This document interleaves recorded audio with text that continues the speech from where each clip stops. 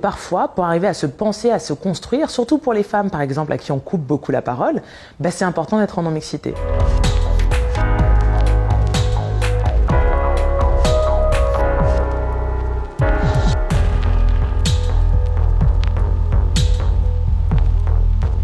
Je comprends pas forcément que ça puisse choquer. En tout cas, je vais expliquer pourquoi nous on le met en place. C'est des cadres qui permettent de libérer la parole.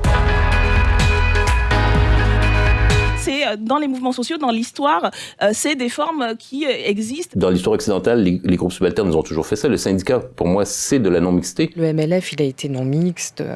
Les groupes de conscience qui ont éclos à ce moment-là ont joué un rôle fondamental dans la libération de la parole des victimes de violences sexuelles, par exemple. Ça n'était pas possible dans des groupes mixtes.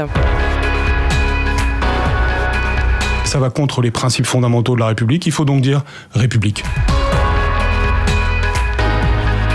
Parfois, pour arriver à se penser, à se construire, surtout pour les femmes par exemple à qui on coupe beaucoup la parole, c'est important d'être en non-mixité. Pour arriver déjà à s'affirmer comme sujet politique, pour arriver à penser les solutions dont on a besoin pour faire avancer sa cause. Le but, c'est absolument pas de vivre dans une société non mixte. C'est simplement un moyen, c'est pas une fin. Et dans l'idée, on rêve tous du jour où il y aura plus de quotas de discrimination positive ou de non-mixité, tout simplement parce qu'il n'y en aura plus besoin.